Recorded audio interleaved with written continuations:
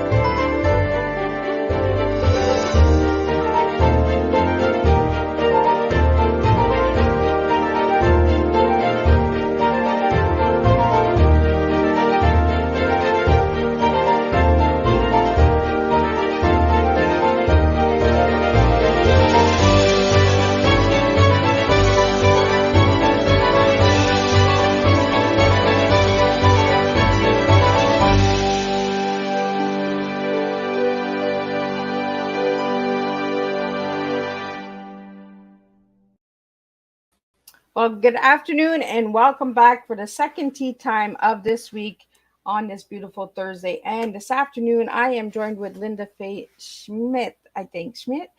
I'm sure she'll get me to say it right when she comes out on. She's in the studio waiting in the background. So let's get the disclaimer going and let's get a quick little intro on her bio, and then let's spill some good old TEA and let's talk about some special education and her new book release that came out on April 23rd. That's right. We're going to talk about a new book release so you can grab your copies. So let's get started here with the disclaimer. Disclaimer for Miss Liz's Tea Time Live Show. Miss Liz myself is going live using StreamYard. Before leaving a comment, please grant StreamYard permission to see your name at StreamYard.com. Please be advised that the content brought forward for any Tea Time show hosted by myself, Miss Liz, is always brought forward in good faith. However, may bring forward dialogues and opinions that are not representative of my platform. The facts and information are perceived to be accurate at the given time of airing. All Tea Time guests and audience participants are responsible for using their good judgment in taking any action that may relate to the discussion. The content brought forward may include discussion for some where they may be emotionally at risk. It is significant to know that the show is engaging in discussion forums only to offer and inspire awareness and connection and is not providing therapeutical advice. If you have any questions about the disclaimer or the panelist discussion, you may freely contact me, Ms. Liz, through my email at bookingmissliz@gmail.com. Moving forward, should you choose to voluntarily participate in today's show in any aspect, I myself, Ms. Liz, welcomes you. And should you decide that the show is not made for you at this time, I respect your wishes and will see you at a later show at a later date and time. And again, all tea times this year in 2023 are done on a Thursday. And if it's done on a different day, it's a rescheduled tea time. So now let me introduce a little bit of Lynda. And then I'm going to get Lynda in here and she's going to spill away and we're going to serve a good cup of strong tea with you all. Lynda Faye Schmidt believes that creating in her life purpose, whether it's building meaningful relationships, writing poems, blogs, or stories, or preparing culinary creations, she loves to be fully engaged in the process. Lynda writes emotionally impacting, character-driven stories based on real-life experiences. Lynda has been homing her craft since she began scribbling poetry in the back of her elementary school exercising books. I want to talk to her about that because I did that a lot too in school. She has a massive collection of journals which are for her fundamental reflection and creative tools. Lynda earns a Bachelor of Education majoring in reading and language at the University of Calgary. She has taught grade kindergarten to grade 9. So we have a teacher in the house. So anybody who has any questions on teaching, put them in the comments. She developed an interest in special needs education early in her career and enrolled in numerous workshops to develop her skills and gain experience in the field. As part of her lifelong interest in reading and writing, Lynda has attended writing workshops with was a member of the Writers Guild of Alberta, completed a creative writing course at Mount Royal College, and finished The Artist's Way by Julia Cameron. In 2017, Lynda started her blog, Musing of an Emotional Creator, where she writes about topics that inspire, impassion, and ignite her. She writes about everything from travel, life as an expat, relationship, and current events. Lynda was a contribution for the DQ Living magazine in Regal. I'm going to get her to tell me how to say that. Subaravaria from July 2018 to June 2019. To get Lynda's full bio, we're going to get you to check out Miss Liz's Facebook page, LinkedIn, and all of that goodies. And let's get Lynda in here and let me sip on some tea, because my tongue is doing that tongue twisting stuff again. Welcome, Lynda. Hi. It is an honor to have you here. I also have some tea. My favorite tea I can't find here where I moved last August to Panama. And I'm going to show it to you. It's not for promotional purposes. This is for information. This is my favorite tea on the planet right now. And I have to order it from Amazon to get it. And I just love it. And I'm sipping it in this absolutely gorgeous mug, which is a piece of pottery my daughter made for me. That is gorgeous. So yummy. I'm going to have a sip right now. So what flavor of tea is that you got? It's Madagascar vanilla rooibos. Oh, I haven't tried that one yet. You want to add it. You want to add it. Just the name, right? It takes you like on a little adventure. Takes you right in. Yes. So Lynda, let's get into who Lynda was as a little girl and who Lynda is today. Oh my goodness, you're the first person that's asked that question. I love that. Well, as we were talking backstage, there's been a lot of growth and a lot of awareness, self-reflection along the way. So they're very different.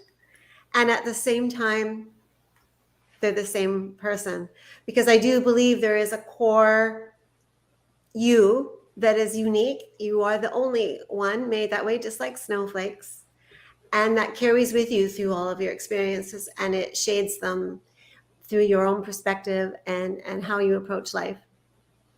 So my basic core self, I would describe that's the same as when I was a little girl, is very joyful, very optimistic, creative. I have almost a scary level of imagination, and that's handy when you're a writer, not so handy when you're trying to get some sleep. And we like to adventure and explore the world, and connecting with human beings and animals too, and nature, just connecting with the life experience, being immersed in the present moment. It's easier to do when you're younger and you have less responsibilities. And I think as we get older and we take on a lot, whether it's family responsibility or career, financial goals, we can lose sight of that ability to just be in the present moment, engaged fully with all of our senses, and taking what we can and giving back what we can. But I think that's something that I have a bit of a natural tendency towards. And when I don't honor it, I don't do as well in my life. So I've come to realize it's important as exercise for me to just make space for it. So that's how we're the same. And then, as I said, how we're different. Oh, I was so naive and trusting of everybody back then. And I had to get burned a lot of times because I just have this undying belief in human nature. And I want to believe the best in people. And I've always had it's not a healthy attitude, I don't think now, but this idea that through my love, I could make these hurt people behave better. And I finally came to a place of just realizing that was their job to figure out and not mine, and that I could actually accomplish more and give more to the people that were bringing something to my life by making that good boundary, not hanging out with them, and really focusing on my own self-care and the care of people who are supporting me. So that's how we're different. So, Lynda, writing at a young age and writing as an adult, do you feel that the little girl sometimes comes out when you're writing? Oh yeah, she's the playful part. She's the part that guides, like I said, that imagination and the wonder, the curiosity. But of course, she needed a lot of education around the craft and how to use vocabulary in a way that is engaging and how to insert dialogue with your narration. And that comes through school learning, as well as I think practice is the best way to learn for me. So Is that what got I've written a lot. Lynda, is that what got you into the special education? Writing? Yeah. I wouldn't say it was a direct link. So I always was interested in writing, and I started writing, as you said, in my notebooks in elementary school, mostly poetry. And I did writing even while I was in university as a single mom. And I maybe would have chosen a career like a journalist or something like that, but it didn't seem like a great fit for raising a little girl on your own with the uncertainty and hours that aren't regular. And I didn't not enjoy teaching. Don't get me wrong. I loved my career as a teacher. I wouldn't have stayed in it for 25 years if I didn't like it. So it was very fulfilling. But I started off thinking I was going to be teaching English, teaching young children how to read, how to write. And that was my passion and still is. But along the way, I think because there's so much, or even more so now today, integrating of children who have different learning challenges, I'll say, I hadn't even known all the range of challenges that can occur in the human brain that impede learning. And so they were in the classroom and I needed to figure out, and I did not have the toolkit to figure out how to work with these kids. So I just started taking a lot of courses in my spare time to learn more. And just bit by bit, I started learning about ADHD. I started learning about FASD. And the more I learned, the more my passion grew of these marginalized people that sometimes don't get included and have a lot to contribute. And one of my really impacting experiences was early on when I started into the special education field. I was at a fundraiser, a silent auction. This is mind-blowing. And this little guy, I think he was 7 or 8, he was in a wheelchair and he couldn't speak. He had to have support, and he had one of those computers to say his voice. And he started speaking. And his IQ was like genius level, trapped in this body that didn't have muscles. And the things that he was saying. And then to top it off, this little girl in the crowd who also had some really serious challenges just started to try to clap. She was missing, and her whole face was so lit up. She was listening and taking this in, even though it might look from the outside that there wasn't that capability. And it just reinforced for me, you can't judge a book by its cover. Right. I think we so often underestimate the power of these children, and then when we see the magic come out of them, we're like, whoa, where did this come from? Exactly. I used to love working with the Down syndrome children because a lot of people were like, oh, they don't understand, just put them in the corner. And I'd be like, there's something with them, the numbers, like I had one little guy who had to actually pass away because of his weight size. He was 11, and he would just grab the Sears catalog and he would just go through the numbers like crazy. And if you took that catalog away from him, then he would get aggressive. He needed that catalog. It was like a calming source for him. And if you take the catalog away from him, he would just get like outrageous. Like he would get like outburst and get angry, stomp his feet, and they're strong. Like they have the strength behind them. So do you have a story of one of your students that really impacted your life? Oh, so many. It'd be hard to choose. Like with the little guys, there was one in particular that I was teaching in kindergarten at that time. And he was just such a gentle soul. And he was someone who had a lot of seizures, like many a day. And so it had really slowed his development. But he just, I don't know, we made a connection. And I would say really on a daily basis, there would be an exchange that wasn't verbal and that wasn't even physical. Like you're saying, this boy who had a book, we just had some kind of exchange of almost just energy where he would just smile like we'd shared a secret. And I would know, even though I couldn't really put it into words, what just transpired. And then both of us would just kind of carry on what we were doing, but with this special secret we shared together. And I really enjoyed, I could just go on and on of all those different stories.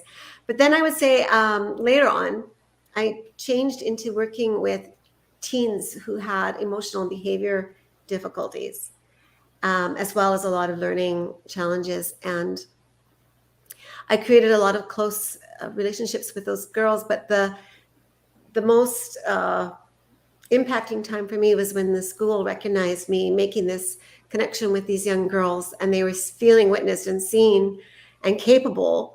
And the principal asked me to start a class just for girls where they could really kind of focus on gender related issues that unfortunately do come up, even if you don't want to have stereotypes around it. That's the nature of it. So they were free to not feel nervous about what boys thought, because it was an all-girls class. And we had a hoot. And we would sit and watch on the big, we had one of those PowerPoint on the screens, very expensive technology. And we would watch Eve Ensler, I Am Woman, and they would be just so proud of it. Instead of embarrassed or instead of sexualizing themselves, they started being like, that's right. I'm a girl and I love it, and I just, they were so fun, and they kept me on my toes, and they had developed a lot of coping skills that weren't exactly appropriate and really challenging for me as a teacher. But again, it just opened my eyes and brought me so much love and compassion and empathy for these girls. And I just wanted to take them all home with me, and just love them up. So it was a really, really positive experience for me. I'm really glad I chose it. Well, and the reason that I asked that question was because I wanted to have the viewers and audience listen on how impactful the students are on teachers. We don't often talk about the stories that the children bring to the teachers and how they change your lives and, make you look at the bigger things, because of that little moment. You'll look back 20 years later and say, oh, I remember my student in kindergarten. The teachers have amazing stories out there, and they have amazing students that have impacted their lives as well. It's not just a 9-to-5 job. It's actually a job that does change lives. It is not 9-to-5, even without the life changing. That's a misconception. Right? We need to say thank you to all the teachers out there, because teachers really do a lot for our students, and our children at home. So, Lynda, I want to get into, we have little Ruby in here. So she's giving a shout out. She was a Teatime guest. And little Ruby Treats is also who's taking care of Miss Liz's website. So you'll be able to check all of that good stuff out. So thank you for that, little Ruby. And thank you for showing up. I really appreciate when all the Teatime guests pop in and support other Teatime guests. So, Lynda, I want to get into now your books, because you have some really incredible books, and they're gorgeous. The covers are gorgeous. Thank you. So what year did you start writing your first book, and how long did it take you to write it? So it's interesting. I had the idea for my first book back in 2011. when I first left my dysfunctional relationship and started out on my own. My kids were grown, and for the first time in my life, I was living my life for me. And I did the Artist Way course by Julia Cameron, which is a textbook course on discovering your creativity. And it's a 12-week course, and you write your morning pages every morning. And you go on these artist dates, and you just learn a lot of different aspects about yourself as a creator. And during that time, I had an inspiration about writing the awareness that I was learning in that moment. And I jotted down about 5 pages in one of my journals. But then not long after that, I met the man who is now my second husband, and we've been married for 9 years. And I fell so head over heels, and I had sworn, like, marriage is stupid. That's never going to happen. Oh my God, Lynda, we're so on the same page. I'm like that today. People mention the word marriage. I'm like, no, I'm out of here. Like, goodbye. And that's true. If you're battling a fit that is not compatible, can be a really negative thing. But if you hang in there and wait, not for any other reason except that's I call him my Noah's Ark partner. Anyways, he showed up not long after I started this journey, and I was resisting because I was like, hey, I said I wasn't going to do this. But long story short, my writing got kind of left by the side as I went on this whirlwind romance. And then we ended up moving to Saudi Arabia because of a job opportunity with his career. And I was unable to teach there for various different reasons. And so I thought, hey, I'm going to pick up this writing that I have always had a passion for. And I started with my blog, and then I started writing the magazine articles that you mentioned, which kind of the opportunity came through someone reading my blogs. And then I just stumbled. I was literally going through journals because I have so many, like literally hundreds. And I was like, oh, this story I wanted to write. So I had the time, and I just started writing it. And it probably took me 2 years to get the manuscript out. And when I finished it, I had just finished literally the day before, and I was on the shopping bus in Saudi Arabia. And one of my friends, well, what have you been up to? Oh, I just finished writing my first book. And she was like, oh, cool. When are you going to publish it? And I said, now, if you can answer that, that's the $1 million question. I don't know. And so she casually says to me, oh, I think I have a friend of the family that's maybe in publishing. Let me see. And she sends me the contact information for my publisher, Anne O'Connell at OC Publishing, the next day. And I checked out her website. I thought, oh, I feel all this serendipity. I really see the integrity of this woman, and I'm going to give it a chance. Sent her a query letter, and she loved it. So then it took us working together, mentoring, and moving into editing, another little more than a year. So all told, about 3 years for the first one. And then the next book went a little bit quicker because I had gone through the process. Also, I would say, just having spending time writing at my desk every single day, I developed more of a skill that way and got into such a groove. I never had the writer's block anymore because the vessel was always open and never closed all the way. So the second book didn't take as long. And then the third book was a journal, and it definitely didn't take as much time because there's not the same level of creativity, and there's only a prompt per page, so it's shorter content. And then my last book that just was launched, and it Sunday. Is gorgeous. And about a year as well to write and a year to get ready. So Lynda, how did you get the cover for the last one? Because the last book is gorgeous. I'm so thrilled with the covers of all my books, and that's not every author's story, so I recognize how fortunate I am. But this is extra special because early days when I started writing this novel, I knew that my novels are very driven by the characters. And so my character, Isabella Ricci, is an artist. And I wanted to have that brought into the book somehow in a very real way. And I had this inspiration, and I reached out to a friend of mine who is an artist. She lives in the UK now, but originally I met her living in Saudi Arabia.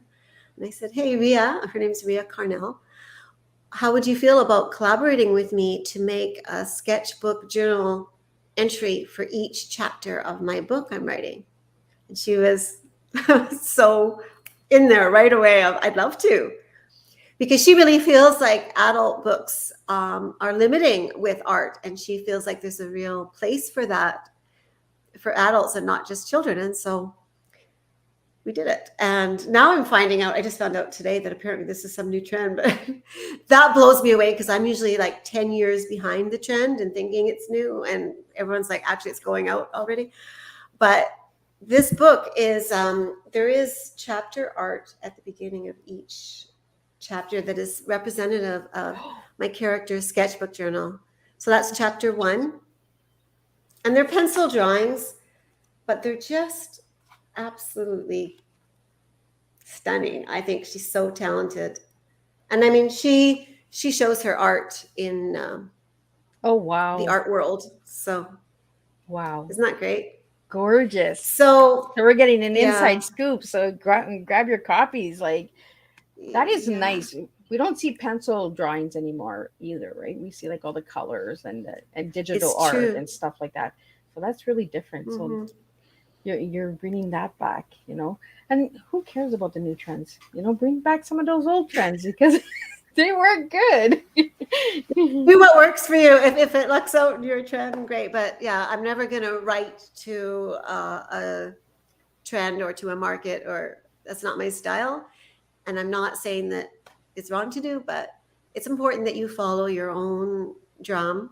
And mine says, listen to me, not out there. Yeah. All that And that's what we comes were saying in the back of the studio before we went live, is that, you know, we all have our ways of doing things, you know, and some things are just not my cup of tea, and I'm not going to do it whether you tell me to do it, and whether that's going to help me grow. Now, something in me is telling me it's not for me, you know. And I think we should be able to debate stuff, right? Because we were talking about that in the background too, back in the studio, you know, debating. We don't do that anymore. We don't debate. We just follow, right? Follow the leader. Let's just go, you know. There's one certain strand that's being accepted, and then the others aren't. And I think it's unfortunate because I do think our freedom is one of our most treasured gifts as human beings. And if we start chipping at that, I think it's a really dangerous thing to our whole sense of serenity as humans, you know, as to your uniqueness. You have to be respectful. You can't aggress against other people with your choice, but you can choose to live and not live, to agree and disagree, and live harmoniously. But some people get so tunnel visioned with their view, they can't open it and see another way of looking at things. And that's where travel has been such a blessing for me, to really be immersed in living a different culture and seeing, oh, there's a lot different way of doing this thing called life. And there's things I agree about it and things that I don't, and it's all learning. Well, I think it's a good time to ask you, Lynda, if I ask you what your tea is, what 3 words would you give me? Okay, well, the tea, because I was a teacher, that pops in right away. And then I'm a storyteller. So if you kind of take the telling part and the teaching part and put them together as a double tea, we'll knock it out of the park with a big, strong double. Double tea. We're serving double strong tea. Yeah. You might need a splash of milk with this tea. So I think that, yeah, I really enjoy that, having that voice and encouraging other people and listening to their stories.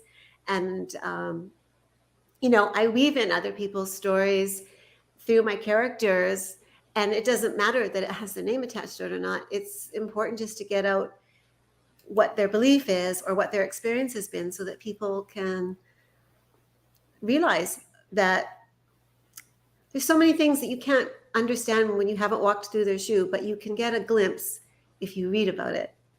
and if they tell you their story. And it just feels like a really beautiful way to do what I feel like I'm here for, is to share stories. You might have just teaching. started something, a new trend, right? The double T's, teachers telling stories. You just never know, Linda. Like, that's how we open up a door, right? Is we open up different and that. So you gave me teachers and telling for T. So what are you giving me for E and A? So E, without any question, has to be emotions. My blog is called Musings of an Emotional Creature. And anyone who knows me refers to things like, oh, she's the emotional glue of the family. Oh, she wears her emotions on her sleeve or her shoulders or wherever.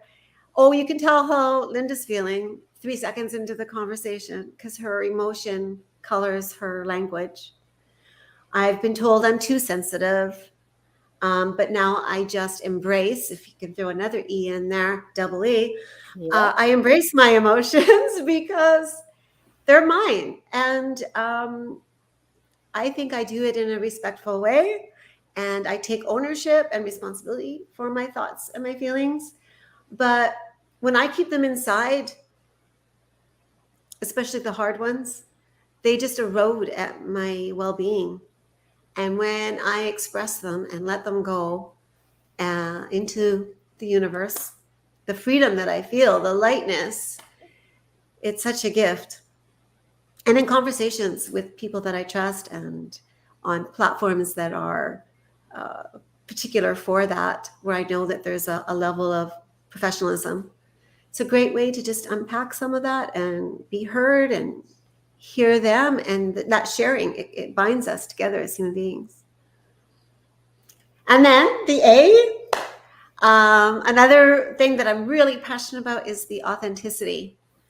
So being authentic, and so first of all, you have to figure out who that is, and that requires taking time out of your life to be still and to listen to yourself. She will talk to you if you give her space. Open your heart, open your mind, and just be still. We have so much noise pollution in our lives these days, and technology is beautiful. I wouldn't have met you and be enjoying this conversation without technology. So I'm not saying throw technology out, but you need to create some moments in your day for just solitude and quiet so you can go inward. And there's a lot of answers in there. And then you find your authentic self, and then you figure out, okay, how do I express her in a way that is honoring myself and others? How do I express her in a way that fulfills my purpose of why I'm here? And, there's going to be bumps along that road. You're going to get thrown a curveball and, well, I was wrong about that. And it's okay to just admit, yeah, I wasn't right nailing it there, but that's okay. I'm not going to berate myself and criticize myself. I'm just going to dust off my shoes and keep on and find a new path until I figure it out. And I think living the life that you were made to live, regardless of what other people, as you were talking about before, I think that's a big responsibility that you have as a human being, because why else were you here? They can live their life. That's their job. Yours is to live yours. And you really blew me away, because I was like, okay, she's a teacher. I'm getting teacher. I knew I was getting emotions. Teachers have emotions, as you're sharing, Linda, I can feel the emotions, and then you said the emotions, the color of language, we don't really look at colors as descripting and describing ourselves as well, right? And that's why I asked this question to all my guests. And I'm going to come with your color, because your color, I could not find it, because I usually wear the color that the guests give me to respect my guests. And Linda, when I asked you your favorite color, what color did you give me? Well, I said it was not just a color. It is a very specific color. It is the blue of my husband's eyes. That exact shade of blue. And I'm like, okay, what shade of blue is that? Because there's so many shades. I have blue eyes, and my eyes change with my moods and my emotions. So the blue, the Mm. tint, it goes blue and gray, blue and green, sometimes, and sometimes goes really dark blue. And some people are like, oh my God, Miss Liz, your eyes are really blue today. And I'm like, I don't know, must be the emotion. So what It type of is. It blue is changes. this? And his are the same. But when we were first falling in love, so I'm someone, when someone is feeling a lot of emotion, and I can't do it on a screen, but if they're physically beside me, and it doesn't happen all the time, but I can often see their aura around them. And so his aura is the same color as his eyes. And so however he's feeling emotional, and of course he was emotional because he was also falling in love with me. And he was really vibrating at that time a blue that I will describe as very intense and magnetic and yet soft. It was pure and clear. It wasn't like a dark navy blue or sapphire, and it wasn't light like baby blue, sky blue. It was somewhere in the middle there, but it was definitely blue, no silver, no green, just pure blue. And I couldn't sleep sometimes. I mean, like, your aura is keeping me up. I'm falling in love, but I need sleep. Exactly. Yeah, because when I got that color, And, I was like, oh, okay, so what color do I wear for that? And I'm like, okay, I well, got and I'm blue. not wearing I'm it. going Yeah, with I the don't blue think you eyes. I can got wear blue it. eyes. Yeah, I'm wearing. It's on me. that's perfect. That's But perfect. and this is why I asked about the colors, right? Because when you hear that, what's your favorite color? Oh, black, blue, green. But why is it your favorite color? So then we dig a little deeper, right? It's like a cup of tea. We dig deeper and we understand, why do we want that flavor, like the flavor of tea that you're drinking today? Why are you drinking that flavor? So why are we serving Mm. our tea? Why do we serve these purpose? And like you had mentioned a few minutes ago, our purpose and our why is different than everyone else, right? The authenticity Yeah. of being real and being emotional and being a teller. You're the storyteller, you write books, and you're the teacher, you taught. So it's a strong cup of tea. It's Lynda's tea. It doesn't mean to work for anybody else. It's Lynda's tea. We are serving Lynda's tea here today on Tea Time. Thank you. So Lynda, like, and you've been promoting this Tea Time, and you've been saying, I'm coming with a strong tea, and she's here with a strong tea. So I really want to thank you for that. Now, your one word that you gave me to describe yourself as a person, do you remember what you gave me? I think it was passionate. It was hard to choose one word. I love words so much. I could probably write 1,000. So choosing one, but passion is a good choice if you have to go with one because it underlies a lot of the other ones.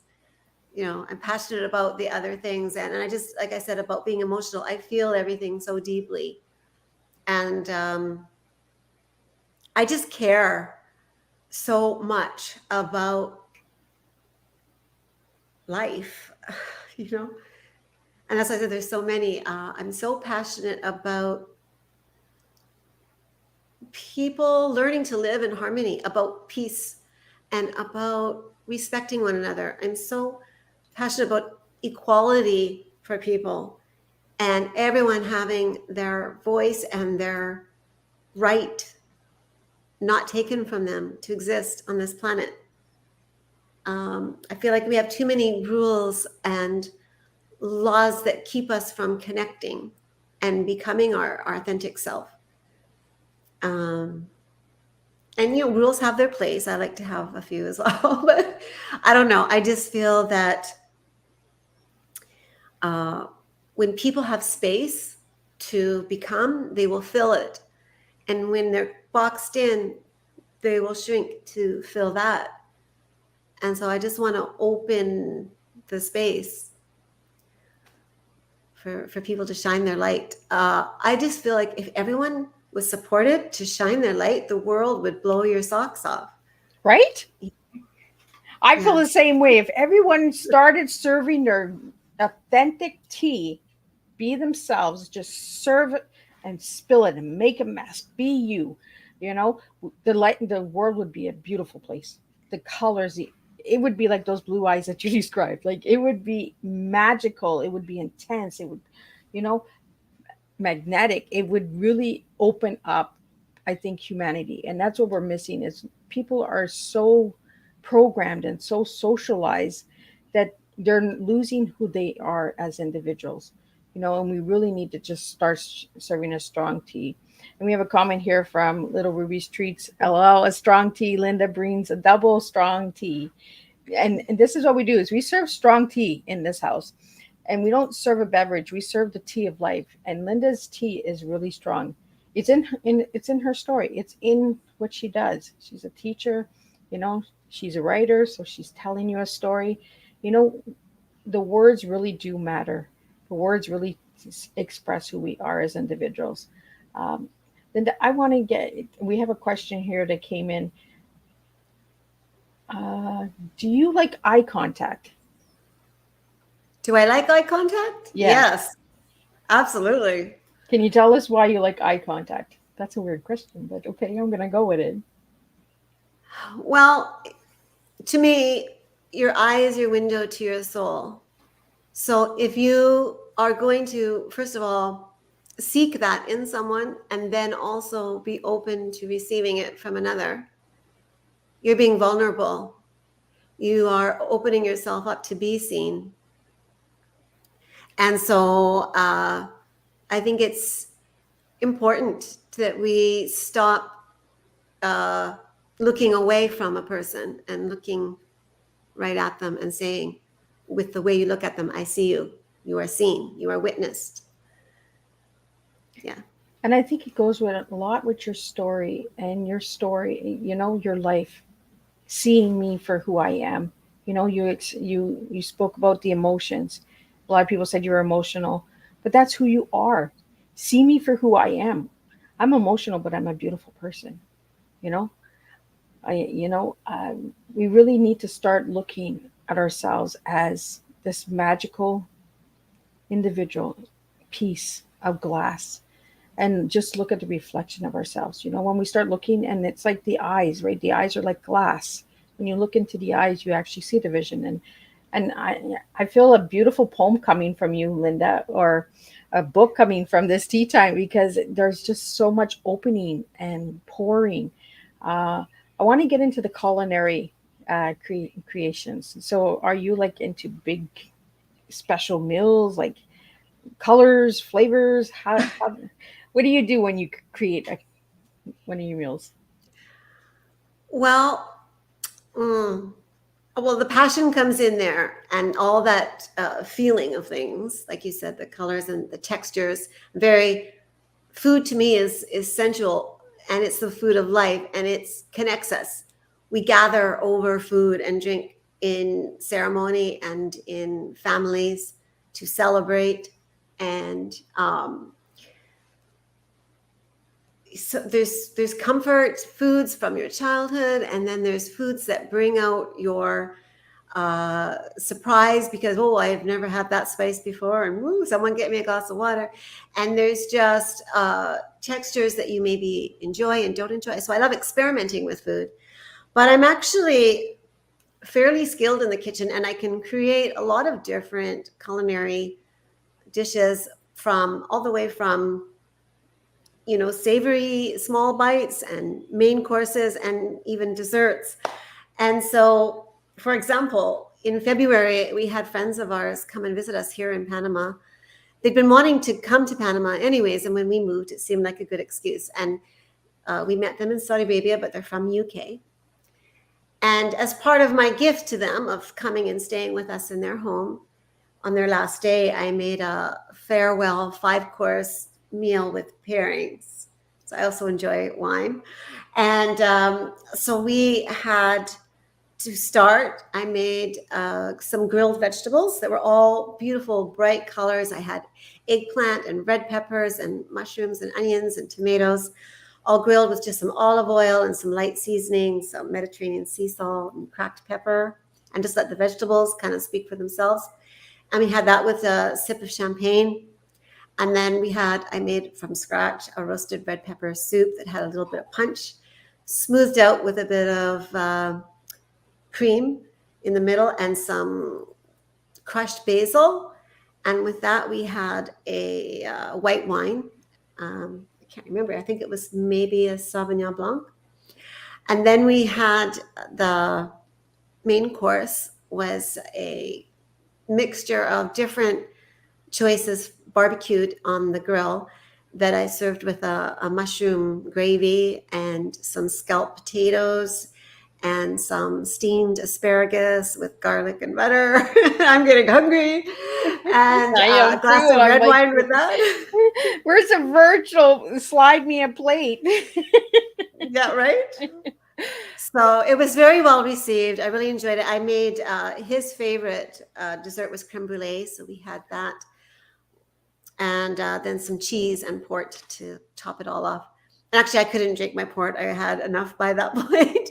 But I just enjoyed it, spending all day in the kitchen, music going, chopping, smelling the fragrances of the food. I love cooking. If I'm having a hard day, that can be, besides journaling and yoga and some of the other things I do to cope with difficult times, cooking can be that way of channeling a little bit. So, Lynda, you did mention you're in Panama. So what do you love about Panama? Oh my goodness, where do I start? So we got to travel so much with David's job in Saudi Arabia. And one of our first trips in 2015 was to Panama. And we literally, it's described many times in my writing, but we were still in the plane looking out the window and we were like, oh my gosh, look at how beautiful this place is. We could hardly wait to land.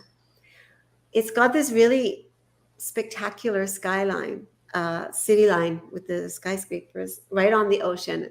Some people call it Little Miami, but it's a small country. I think 2 million people altogether or something. Or maybe a bit more, but it's really small. And just so lush, it's tropical, and the jungle and the ocean, they just converge. And driving up to where we were staying, where we live now in Coronado, along the drive, I was just like a fairy tale. I just felt like, is this really my life that I get this opportunity? And the mountains, the fresh air, it's not polluted. And the people were so welcoming, even though it is a Spanish community. And my Spanish, even though I've been taking lessons for several years, is really resisting. Maybe I have a learning challenge there. I don't know. But I'm starting up lessons again next week with a friend here who's from Colombia. And so, but I love the sound of the Spanish language, and I love how it's a very emotive language. I probably should have been born speaking Spanish or met someone, because someone I met through a service, he was installing our TV, said to me, in English, you are so restricting. You are so frugal with words, only this, and this. And in Spanish, if we can say it in 3 pages instead of 1 sentence, we will. And I thought, oh, okay, yeah, I get you. And so I just love that generosity of, and the passion and the way they, they just, but they're very down to earth. And of course, I'm stereotyping, but for the most part, most people I've met, our security guard here on where we live, Alberto, is a friend, and he is smiling every day. He's always grateful just for the gift of being alive, and it's sunny and warm, and the birds are chirping, and what else can you want, And his family is more important to him than anything else. And I don't know, I really resonate with those values. So I am so thrilled that we did the hard gig in Saudi Arabia for 7 years and worked really hard to make enough and we built our home. We put solar panels on our home. So it's really quite affordable to live here for us now. And I love it. So if anybody wants to go to Panama, she just gave them to go there. So we have a question here that came in. Lynda, do you have any plans of making a cookbook? I have considered it. I have thought about having a character who's a chef and including, instead of art or a journal, including the recipes at the front. So that is an idea that I have played with. I'm actually writing, I'm about 60,000 words into my 5th novel, which is a psychological drama where I'm really looking at mental health, because that's another passion of mine, the stigma around mental illness. And so that's what I'm working on. But it could be a later project that I think would be a little lighter and fun, and I would enjoy maybe a break from all the hard things that I'm researching and working on right now. And at one time, actually, my oldest daughter and I were playing around with the idea of doing a cookbook before I started my writing career, but that was just before I moved, and it never did pan out. So, but I think it would be a fun thing. And you know what? I just finished watching a really good movie, or actually it was a Netflix series called From Scratch. If you haven't seen it, or I don't know if you watch shows, but it's so good. It's a tearjerker all the way, and real life seeming, but there's a chef, and food is a big part of it, and really well done. I think it's Reese Witherspoon's productions, and I feel like a lot of the stuff she's put out has been really, I loved Little Fires Everywhere. And anyway, I digress, but yes, to answer the question, I could see that absolutely coming. My goal is to write a book a year, as long as I'm able to write. And that doesn't mean it'll get necessarily finished, but in 1 year, but it's a goal. This one's going to take longer than a year, I can tell already. But well, as you were explaining this the amazing food that you created, you were pairing up the wines, and we don't have cookbooks out there that have the pairing, like, the food with the wines and and maybe I could throw in a tea with dessert. Right? A tea, or you could throw in a little poem, somebody wants to propose, this is the meal to cook with this wine, this champagne, congratulations, here's your poem. There's so much that we can do, right? We can open those doors and create, I think a cookbook would be amazing, because then I could taste some of your food. Since you're so far away, I could buy a cookbook and I could try and make it like you. So Lynda, would you like to leave a special message to the special education first, and then mental health, because you had mentioned mental health? I just want to get some really good points out there. Since being a teacher in that, and you worked in the field for so long, what message do you have for everybody out there? In regards to special education, I guess I would summarize by saying that, as I alluded to earlier in my story, that each of us is special. And I don't think we should separate them into a different group. But I also think including people with a lot of challenges that need support into a classroom without them is also a recipe for disaster. And it doesn't benefit anyone, the person with the challenges or the people who supposedly don't, because everyone needs to be heard, even that quiet little student who does all his work. And if the teacher is too inundated with all of the bigger things that require, like you were saying with your student with Down syndrome, and getting agitated, that you have to manage that first. So there needs to be more awareness. There needs to be more support towards special education. And by that, I mean integrating with resources. And that means extra people, extra education, extra tools in the classroom, like ability to write stories through microphones if they are unable to write, or vice versa if they don't have speech, to have someone record for them, and all these kinds of ways of helping people who have obstacles towards realizing their potential. We will all benefit by supporting that. So I think that's important for people in the field to advocate for, and for parents to support and understand it's not just about reading and math. Those are important. As I say, you don't want to sacrifice the education. It's absolutely important. but you want to make it accessible to everyone, and you want to integrate so that people don't feel separate and isolated and different. And what's wrong with me? I'm special. Instead of I am special. It's different. It's a different quality to that. And what message would you have for mental health? And for mental health, I think the thing that stands out for me in my experience is that there's so much stigma, as if it's like a slight on their personality or their character. And because sometimes when you have mental health challenges that aren't being treated well or managed well, you can behave in ways that aren't appropriate or respectful to other people. But to say it's your fault any more than when the child who has a seizure or has any other condition that impedes their ability, you should not put it on the person. That doesn't mean you don't have to take responsibility, but how can you take responsibility if no one's offering you the opportunity? If you can't access, if you don't even know that services exist, and then you can't access them because it's $120 an hour for a therapist, and then meanwhile society is washing their hands of you,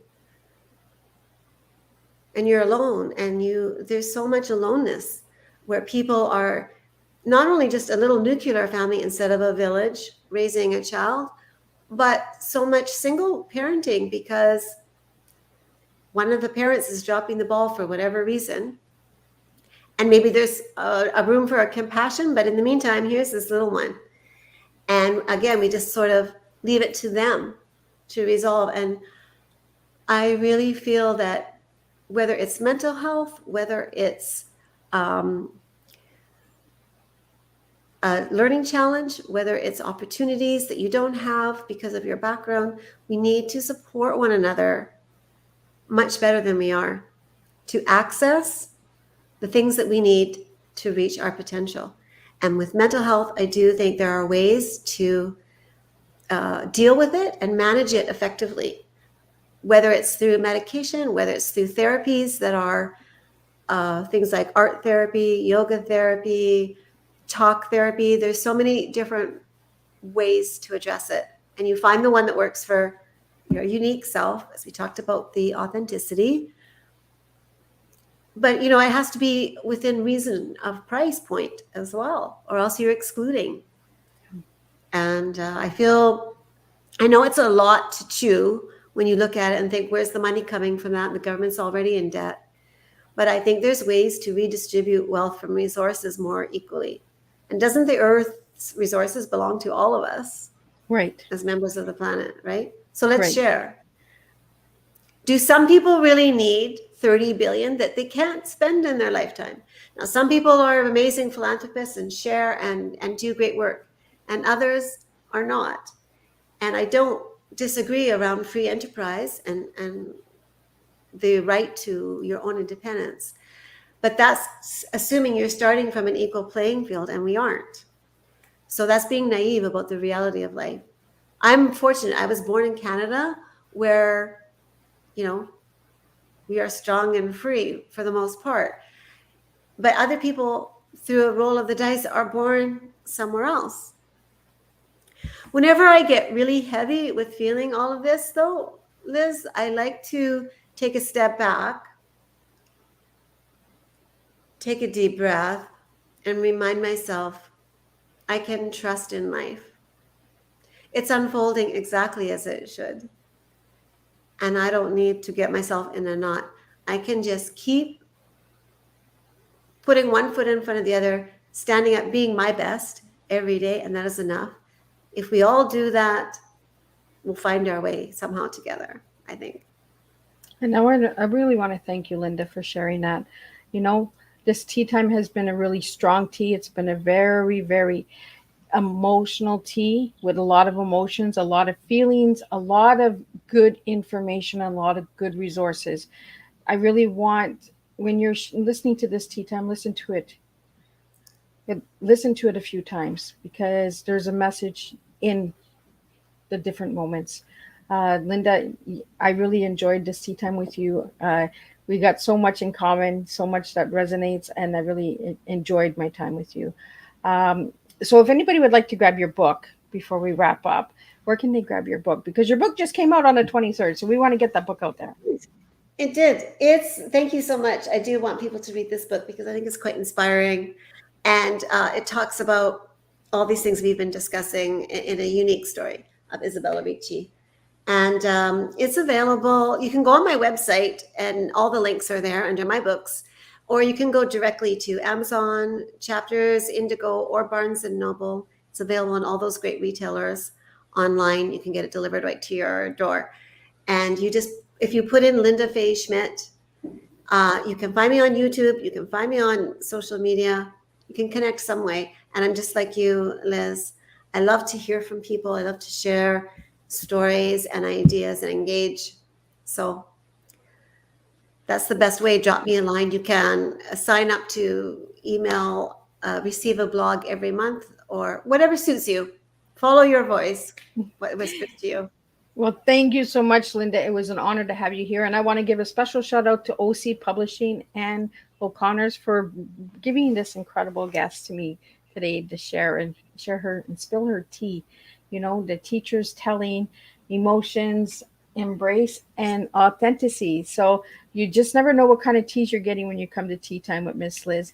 So again, I want to thank everybody for tuning in. And if you're watching the replay, please push #replay and let me know where you're tuning in from so I can give you a shout out as well. And I will see everybody back at 7 p.m. for the last Tea Time of April. And then we're jumping into May. We're already going into May. Like, I can't believe it. And I'll be joined with Claudia Burham, and she'll be coming in with holistic healing. So we're going to be doing a lot of teaching today. This morning we had history. Today we have special education and emotions and personal healing, I think, personal envision. And tonight we're going to be channeling. So we're going to do a lot of deep education tonight on Tea Time.